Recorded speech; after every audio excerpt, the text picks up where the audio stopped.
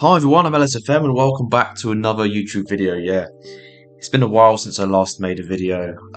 Yeah, and while I've been away, I've noticed the sub count absolutely booming. Like I'm on 125 subs as I'm recording right now. That's gone up by, I don't know, actually like 30 odds since I last uploaded. So thank you so much for all your support. Also, the opposition instructions video has got over 2,000 views now. So honestly, for everyone who's new to the channel, welcome. I really appreciate you being here, and yeah, let's get on with this video on set pieces today. Now, I cannot say enough how vital set pieces are. They could honestly, for me, be the difference between a draw and a win, because the amount of goals you can get from set pieces in a season can really make a difference. So I would strongly recommend that you pay attention to them. So basically in this video I'm going to share with you my own set piece routines. There is sort of a meta for set pieces. I find that some things are down to personal preference, but if you want to make the most of them, there's certain things you definitely want to be doing to make sure you are getting goals from these set pieces. And finally, before I go on, make sure you like the video and subscribe, because what kind of YouTuber would I be if I didn't mention that at the start of every bloody video? Anyway, let's go on with it. Right, so obviously the first section you want to go to in terms of set pieces is the set piece takers. And this is basically just a list of your squads, and you can sort them in terms of their ability, as you can see here, corners and free kicks. You can sort them in terms of their ability for those two attributes, and you just want to have your best taker taking the corners. It's pretty self-explanatory. It's not too difficult. You can also just get your assistant to assign. If I didn't have these assigned, I could just press quick pick. Like the quick pick would be here. I could just press that. Make sure you assign takers for all the types of free kicks as well. This honestly, it's really easy. Just look at these two attributes and just like put them into these columns here. Throw-ins I'm probably going to ignore today, by the way, because long throws aren't as good as they used to be. Like I know a few years ago in FM, long throws were the meta. They were so overpowered, but SI have heavily nerfed them. So probably going to leave throw-ins for this video. Right, these are the defensive corner set piece routines. This is what I tend to do. So you want your two centre backs and probably your defensive mid if you're playing as a 4-3-3. If you have three centre backs, have them all player marking. I just find this is better than zonal marking, which is the default that the game sets for you. I usually don't concede corners with this. You can see my tallest players. Ashley Phillips is 6'5", Pavlovic is 6'4", Jetterman is 6'3". So the opposition will have a really, really tough time scoring past us if these players are all marking the opposition. You can see on this right hand side the important attributes that are you need the important attributes for the instruction that the player has. So for player marking, it's obviously marking, heading, strength, jumping, reach. If I change this to, I don't know, edge of the area, you might find passing is important, acceleration is important, because this is the player that's going to hopefully receive the ball on the edge of the box as we clear it away and look to start a counter attack. So in this sort of role, you want your most creative player. So in this case, that's going to be my left centre mid, which is Emil Smith-Rowe. Obviously a very, very creative player. So you want him to be there to look to start a counter attack, and you want your wingers probably staying forward, because they're the fastest players on the team. They're going to be looking to spearhead the counter attack. In terms of the 6-yard box, these players, well, you want them to be tall, but obviously not as tall as the people who are marking the player marking, but you still need them to be decently tall. So I've got Højlund, 6'4", De Beek, Van der Beek, who's 6 foot, and Holm, who's 6'3". So I actually have a very tall team here. Actually, I just noticed that. But yeah, you just want sort of decently tall players on your 6-yard box, and then the player you have left, put him on the near post, just to make sure the opposition have a tougher time scoring there when you have a player there. And if you switch the location to the left, it's just the same thing, just mirrored. So just copy this routine over to this one. Right, attacking, this is the most important one. This is how you score. So Well, for left-sided corners, you want to aim at the near post. It's just the meta. Just make sure you do it. This guy, aim near post. You want your tallest player attacking the near post. In this case, it's Ashley Phillips. He's got 16 heading, 19 jump and reach. He is a beast in the air, and like he can get like 10, 15 goals a season just from corners if you do this right. Your second tallest player on the lurk near post. This guy can also score from the set pieces. Either one of these guys will look to attack the ball. It just depends where the ball goes. It depends on the quality of the delivery, but usually it'd be this guy, sometimes this guy. I got another sort of tall player. It doesn't have to be massive, but like a tall player on the lurk far post. Now this guy doesn't really do anything other than distract an opposition player. So a player is going to be marking him on the far post, which takes players away from these two, which gives these guys more space to head the ball. Obviously, you want quite a brave player, quite a tall and brave player. I mean, it's not really the case for Jetterman, but he's got decent jumping reach and strength, so that's good enough for me.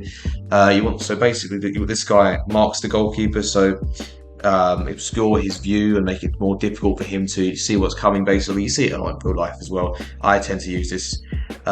You want a player coming short, probably a creative player. This one's just to also bring out another man from the opposition's side, so this will distract a player and get him away from the box, give more space for your players to attack the ball. You want the guy with good long shots and finishing lurking outside the area, so in case the ball falls to him, he can just shoot first time, hopefully get it on target at least. And then your spare man, just have him going forward in the box. I tend to have my fullbacks staying back just because they're not usually the tallest players, and also they are decently fast as well, so if they need to get back fast, they can. And you want at least two players back, I find. You need to be defensively secure because a lot of the time the opposition will clear the ball from the corner and they will look to start a counter-attack, so you need to be sufficiently equipped to deal with that. And as always, it's just the same thing for the right hand side, except this time Cherky here is aiming for the far post. It's just the meta this year, I find. Make him aim at the far post or right corner, so you just invert the players. So Phillips this time is attacking the far post, Havlovic is lurking at the far post, and Højlund is lurking at the near post instead. But other than that, it's literally exactly the same kind of ideas for that. Right, now for free kicks. Now, I'm not really going to bother with directs and direct small chance of shot. You can see you have 4 types here. Because basically, especially for attacking, your players are just going to shoot. You don't really need to set up set pieces that well. I notice I haven't actually set up this one properly. So it's kind of the same idea as corners. You want tall players to be in the wall. You want fast players to be staying forward, looking to break. That's fine by me. Yeah. So you got your defenders marking in the box, decently tall players in the wall, fast players staying forward, usually wingers, and do that for both sides. So there we go. And yeah, so you just want tall players in the wall for direct small chance of shot. It's not that important, I find, because most occasions a player's just going to shoot unless you tell him otherwise. But why wouldn't you want him to shoot from a direct free kick? It just makes the most sense. So for attack, I've just told him to shoot. You can't actually change the instruction. You can have a player come short if you want to, stand of taker, but usually the best option is just to shoot from these direct free kicks. Now for the more interesting type of free kick, indirect. So the player's not going to score for me. This is going to be I don't know, 35, 40 yards out, depending on where the foul takes place, obviously. And now what you want to do here is get the player to aim at the far post. You want your tallest player to be attacking the far post, and then for all the rest of these players, you want them to be the tallest players towards the end here. So Pavlovic is quite tall, Jetterman's tall, 6'3", Højlund. So all those players are going to be around the far post, not attacking the far post, but near it. So the ball will be played into this general area, and hopefully one of these players can get on the end of it and score. Obviously, the same old. Keep your fullbacks staying back because you want to be protected against the counter attack. If it's late in the game, you could add more players back here. It's completely down to you. You can do that if you want. If you're looking to keep a lead, you can have more players back. But in general, just have 2. And also have a player lurking outside the area, usually a good long shot. So if the ball falls to him, he can just shoot and score. Same for the other side, except you just want to invert it. So, tallest player attacking the far post, which is Phillips, not Pavlovic. And then you want your like taller players to be over here near the far post. So if the ball gets played to them, they can score. But other than that, it's the same. Um, Defending sort of similar. I haven't really changed as much from the default, I don't think. So in this case, you want your tallest, your like defenders to be zonally marking the 6 yard box. A fast player staying forward to look for the counter attack. A player with good creativity on the edge of the area to spearhead and set up that counter. Relatively tall players in the wall. For the wall, they don't need to be good defensively. So that's why I have my striker there, because he's not going to be that good defensively, but he can jump and he can head the ball. So that's all that matters for wall. And the rest of these guys can just like go back, stay in the box. And that's all it is really for indirect wide. It's just the same thing for the other side as well. Set pieces aren't really that complicated. Yeah, I mean the UI could obviously be better because SI just haven't bothered fixing that for fucking years. But yeah, it's not that hard. I mean, if you set these up properly, then you're setting yourself up for success. Indirect deep is similar, except that there is no wall because there'd be no point because the set piece is being taken from deep. So it's very similar, just fast players staying forward, creative player on the edge of the box, everyone else just going backwards. Defending, same for the right side. Attacking wide, exactly the same as the wide free kicks, just aim towards the far post with your tallest player being there.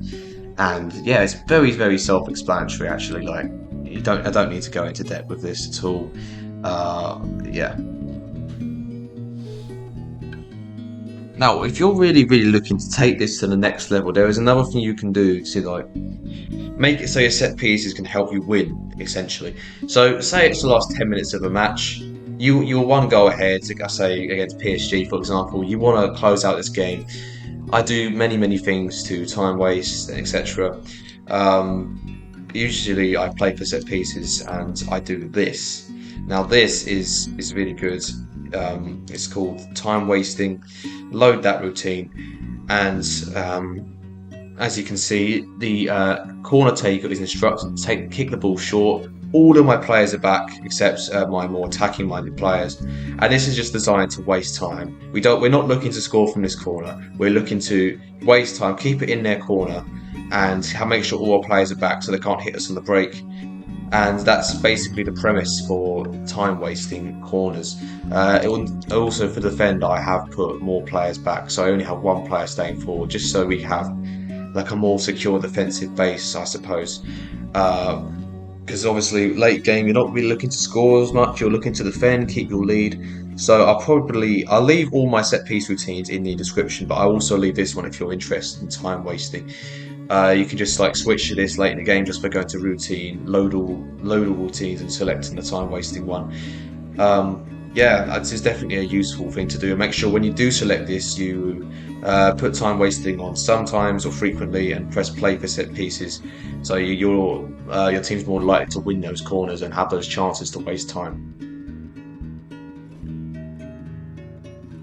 And finally, the final section is penalties.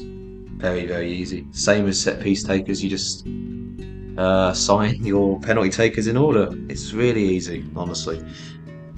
But that's what I'm saying. This is easy. It really is, and hopefully this tutorial can show you like what the meta for set pieces are and how you can utilize them to score more goals. You know, it could be the difference. You know, if you're playing against a bigger team, set piece is a massive opportunity. You see it in real life as well. Teams like, I don't know. Any team that's managed by Sean Dyche use set pieces, and they use them to great effect, and that is how they beat the big teams. They get these set piece opportunities, and they use them as their main goal scoring chance. So if you can do that in Football Manager and get more goals, you'll win more games, and that's just how it works. So I don't think this video will be that long once I've edited it. Just a quick one today, but I feel like it's a topic that needs to be talked about because I think people ignore set pieces, especially new players, because they get overwhelmed, I suppose, by this screen. But honestly, it's just the position of the player on the pitch. It's easy. It's easy, and once you get the hang of it, hopefully you'll start scoring more goals from set pieces. So thank you so much for watching. I've been LSFM. Can't even say my name. Thank you for watching. Like and subscribe. Subscribe already. Get me to 200 subs or I'll murder your family. Goodbye, everybody.